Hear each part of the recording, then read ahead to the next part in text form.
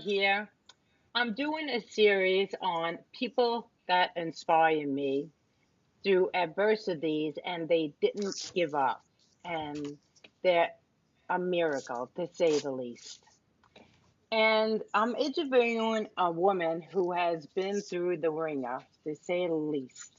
3 months after she gave birth to twins, she suffered from diseases that included ME, myalgia, encephalomyelitis, dysautonomia, POTS syndrome, orthostatic, Hashimoto's, fibromyalgia, immune deficiency. Basically, it's chronic disease syndrome and then some. 3 months after she gave birth to twins. Um, God bless Anne. Okay, so when I spoke to her a couple of years ago, she experienced a TIA, transient ischemic attack, because she knew that I had a major stroke. So she was inactive from this diseases, and overweight, and she was taking cholesterol medicine and aspirin. She thought her active life was over until she met with her coach. Presently, she lost 44 pounds off her cholesterol medicine, is active and walking her dog daily. She is a retired nurse, mother of three adult children, and transformation lifestyle coach. Ladies and gentlemen, welcome our guest, Anne LeConte. Anne, Thank you. how are you today? Okay, how are you? I'm fine, fine. So, Anne, what were the symptoms when you were first diagnosed? Um, when I first became ill, I had a bronchitis. I went to the ER. I had trouble breathing, and they said it was bronchitis. So I figured, 10 days of antibiotics and I'd be good to go. But it kept coming back. And I was working in the operating room at the time. Um, and a pulmonary doctor that did cases in the operating room, I went to his office for an appointment. And he told me it was mycoplasma, let me put you in the hospital. And I was wondering what the heck I caught, because it was the height of the AIDS epidemic, and mycoplasma was one of the opportunistic infections AIDS patients had. And he too put me on antibiotics, and he begged me for 2 months to go into the hospital. And during that time, he was working up. He was sort of ahead of his time, because a lot of patients don't get a workup like this. He was CAT scanning my head. He was looking for tumors. He referred me to other doctors to make sure those problems were ruled out. And I finally agreed to go in the hospital 2 months later, and he put me in there for 2 weeks. IV antibiotics, bronchoscope my lungs. He says, we have to check to see if there's a tumor that we don't see on the chest x-ray. After I was discharged and went to the follow-up, he said I wouldn't be working full-time anymore. And I actually didn't believe him, because I thought I was just worn down, because the twins were 6 months old at that point. So I figured I was going to recover, but he was right. I never went back to work full-time. It was 2 days a week, 3 days a week. I did take another 5 or 6 months off from work. But I never went back to work full-time. And I didn't really start getting officially diagnosed till 4 years later, when I had a relapse. And I went to a researcher who treated patients like this. I actually had gotten a diagnosis of chronic fatigue syndrome. Okay. And then as time went on, I got answers for these other problems. Okay, and what was going through your head at the time? When he put me in the hospital, They put me on I was on an oncology floor. And then my life started flashing before my eyes. I thought, oh, wow. Because I was only 26 years old. Wow. And I hung the pictures. So the people looked worried because they knew he was going to bronchoscope my lungs. And when, when I was discharged after that, and I didn't expect to hear him say that I was never going to work full-time anymore in the hospital. Wow. I figured I was just worn down. I didn't believe. And, but I never really recovered. And that was the end of 1990, between then and 1994. 1992, I think it was 93, I changed jobs to a few per diem jobs because I couldn't commit to the same days every week. I changed it to a situation where I could call up and ask, do you need a nurse? Do you need a nurse? Because I never knew when I was going to be feeling good. And there was another nurse that I worked with in one of these per diem situations, and we were discussing our symptoms. And she says, it sounds like we have that chronic fatigue thing or that Epstein-Barr yuppie flu we were hearing in the news, that mediaism. And I said, okay, I'll go to my family doctor, and if it comes up, then we know what we have, right? So I went to the family doctor, and he did the blood work, and I had the Epstein-Barr virus. He says, oh, yeah, it looks like you have it. He said he didn't treat it, but he gave me some suggestions. I kept having flare-ups where I couldn't work a few weeks at a time. At the end of 93, beginning of 1994, I went to an internist. I figured, well, an internist may know how to treat this. And I had another bronchitis, a respiratory infection, and I said to him, well, I was told I have this chronic fatigue syndrome, and he turned white as a ghost. He says, who told you that? So he draws all the labs, come back next week. He says, oh, yeah, you have it. And I said, well, what do I do for it? He says, rest until you get better. I said, well, when is that? No estimation. No estimation. He couldn't tell me. So they didn't treat it with any medicine. They just told you to rest. Rest. Well, that wasn't working. I knew of a doctor in Manhattan, a researcher. I had gotten a Manhattan directory the year before, and I circled her name. And I thought, okay, I better go to her. A friend of mine made some phone calls, and she says, go to this doctor. And it was the same doctor. An infectious disease specialist. She was also board certified in internal medicine and allergy and immunology. And I'm like, she had an appointment in a week. And I went to her and I said, I'm bedridden at home. I'm sick with this thing. I think I have this. So she drew a bunch of labs, come back the next week. And there were actually 2 active viruses and an immune deficiency. She showed me, and I suspected that immune deficiency for a long time because I had a tendency to get sick more. So, it confirmed that immune deficiency was there probably for years. Okay, even prior to getting pregnant. Even prior, right. Even prior, I got sick easier. So I knew there was something off there, but I never knew what test to ask for. And if you don't go to a specialist, they just do the regular labs, the CBC. Now then, it also showed low thyroid. But then the parameters were different.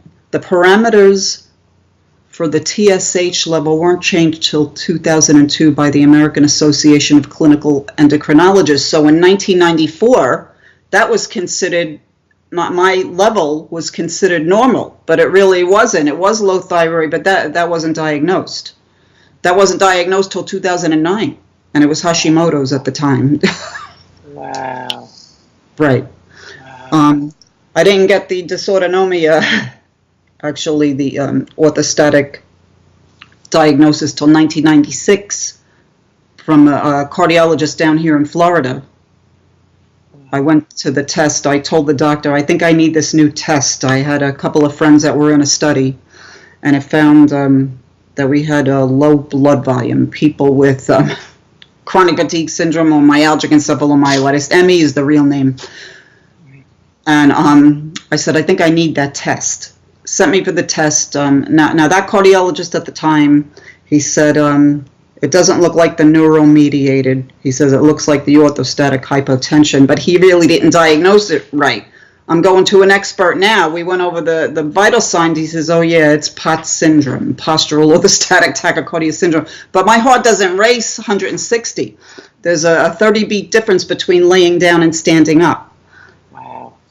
So, it took years to get some of these diagnoses. Most of the patients will get, are told it's anxiety for any of these things and given a prescription for, Ativan or Xanax. And you have this multi-system thing going on, and So, patients don't. I found out a lot of things earlier, but some patients don't. wow. So from 1991, 1990. 1990 to 2019, which is the current year, you're Right. still finding out more and more about that. Right. I'm actually having testing right now for celiac disease. It looks like a non-celiac wheat sensitivity, but I don't know yet. I have to follow up. And when I removed the grains out of the diet, in 3 weeks I was walking the dog. I didn't realize it was the grains because there was a few things removed. Okay, so, yeah, okay. I'm sorry. Yeah. Continue. Oh no. And when I started added back the grains in February, I felt like it was declining again, and I couldn't understand why. And when I went to this new doctor on the west coast of Florida, I'm on the east coast, he went over the lifestyle plan. He's an integrative practitioner too, not just an MD. He says no gluten. And I thought, oh, I wonder if this is why I'm not feeling well. And I had lab work done, and some of the lab values were abnormal, including one of the thyroid panel values that were never low, that came back low. I said, something's wrong here. I'm wondering if it was celiac disease. Went back to the doctor. I told the nurse practitioner. They referred me to the GI. And the nurse practitioner there, I said, when I was in nursing school, they told us babies were screened and kids were diagnosed. I said, what happened here? Why are people being diagnosed now? And she said, well, we didn't know enough.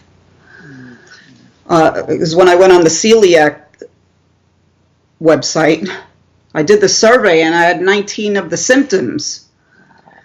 Now, the new doctor on the west coast of Florida, he says it doesn't matter whether it's celiac or non-celiac, you treat it the same. You have because you get the same symptoms. You can get the same symptoms. So I never knew, and that's been going on since I'm very, very young. My mother could never figure it out. She was looking for that answer. So you probably have this ever since you were born. Ever since. Wow, celiac disease. But they never gave you any medicine to treat all these other diseases. In 1994, when I went to the researcher, I did get medicines, but it wasn't long after that. You had to immune globulin, an immune modulator, which acted like an antiviral, B12 shot, magnesium shot, all this stuff. And actually, I paid out of pocket for 10 years because insurance didn't want to pay after a little while. And then I was on Social Security in 1997, and they didn't have a Medicare Part D at that time. So I was paying out of pocket a big medication bill, about $2,500 a month for 10 years until the money ran out and I went bankrupt. It was total financial devastation. Wow. That leaves me the question. You mentioned you thought your active life was over. Can you elaborate? I thought I was finished. Going back to when your kids were born and you found out you got chronic fatigue syndrome, or they didn't know what was going on with you, with thinking, oh, I'm going to die, or, Well, at first, I scared.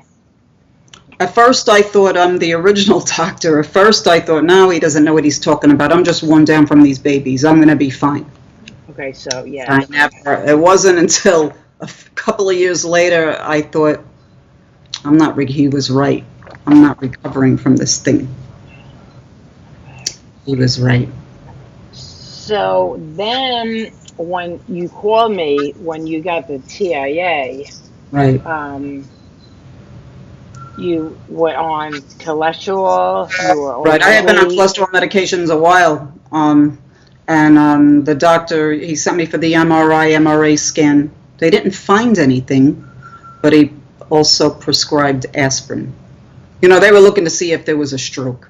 They didn't see any damage. Because usually with a TIA, they really can't tell.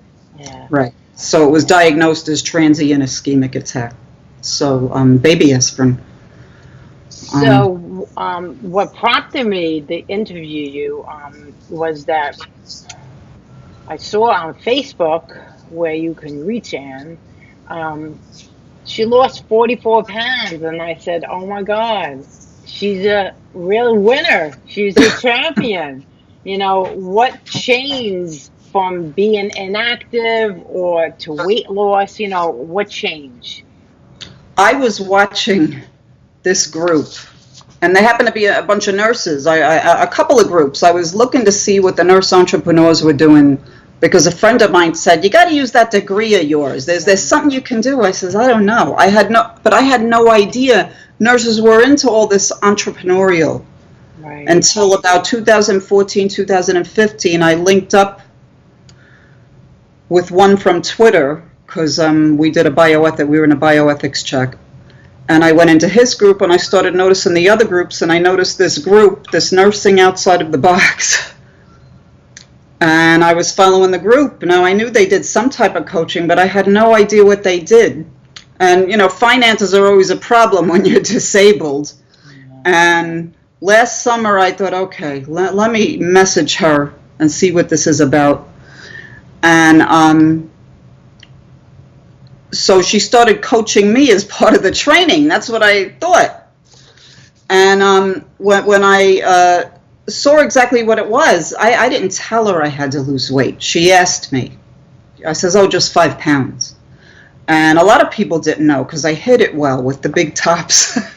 But I was hitting 200 pounds. So when I saw the group, the support group, I thought, oh, this is what I need, because that TIA was nagging me, because my cousin had a stroke 2 months after me. And I thought, uh-oh, he had a stroke. And I was getting more near syncope episodes from the autonomic nervous system problem, just so bad. At the same time, went back to the cardiologist too. I had a cardiologist, and I says, "Look, we got to do something about this now. And I showed him pictures of me. So I was getting a new cardiac workup. So 3 weeks into the health coach plan, I was on a webinar, and another client said they have fibromyalgia and they weren't getting flare-ups. And I said, "Oh, I have fibromyalgia too. I haven't taken pain." I didn't realize I had forgot about the pain meds. I wasn't taking anything for pain for a few weeks. And I was walking the dog. And I thought, oh, well, this is what I need. And then I signed up to be a coach right away. So, you know, training is along the way. Right. And so then I finally came clean to my coach and said, yeah, I have to lose 40 pounds. But you were walking the dog prior to losing 40 pounds? I think I was down, I think I was down at that point about 10, 12 pounds. Starting this program. Right. You were already on this program. Okay. Right. Okay. I think about 10 pounds. So I was walking the dog almost on a regular basis to an everyday basis, which I hadn't done ever, really. Yeah. I had a mobility scooter, using a scooter to walk the dog. I'm so maybe once a week, if it was a good day, right. I walked the dog, but I'd be crashed. I mean, I was down all the time. homebound, in the recliner chair on the computer with my other friends who were sick too. I mean, that's what most days were. Unless I had a good day, I go outside and take some photos. So now, pretty much every day, I could walk the dog. And so it's been a much better quality of life than it was. Wow.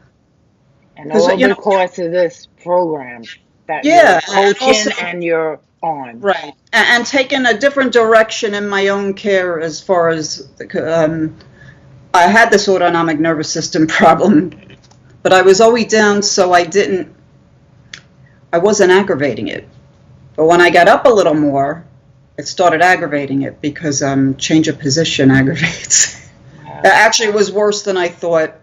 And it was worse, but I was sort of ignoring it because, years before I would get lost on navigation because the blood pressure was 80/50.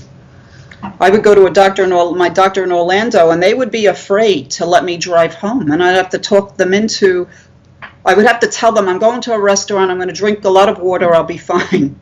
They were always afraid to let me drive home because the blood pressure without intervention is 70s and 80s. Wow.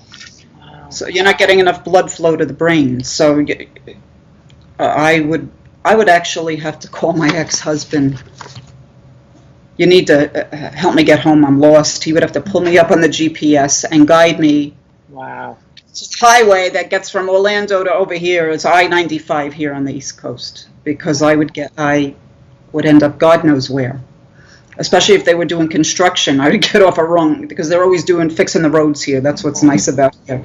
So I would always end up turning off a wrong exit by accident, and then I would have nowhere idea where I was. Oh, God. You wonder if, oh, man, is this Alzheimer's? Your brain was in a maze, so to speak, because you couldn't get out. Wow. Wow. So some people say that they have difficult or stressful experiences, but they have learned important lessons from them. So what was your lessons learned from this experience? You really have to take care of yourself. It's always going to be stressful. Chronic illness is always going to be stressful, but you got to take care of yourself because it's easy to say the heck with it. It's very easy. Take care of yourself, meaning what? Eat better. Eat better. Really keep searching for answers. Okay. If you don't buy what the doctor's saying, basically, well then keep searching. Find a support system like online. There's tons of advocacy people online. Illness communities for each one of these conditions. You can find a lot of support. You need support. You need. Yeah, I agree. You need community. Right. Okay. Good. Great, Ann. I want to thank you for interviewing with Donna I, and I learned a lot, and we're going to continue to learn because we're open-minded and, we're eager to learn. So you can find Ann on Facebook, Ann Iemmiti. I will put that in the link. And also she's a transformation lifestyle coach, and she coaches and with that special program that she's talking about. So if you want to learn more about that, you can get in touch with Ann Iemmiti. Thank you so much, Ann. And, you're welcome, Donna. Thank you so much for having me. Yes. Have a nice day. You too. Thank you. Bye.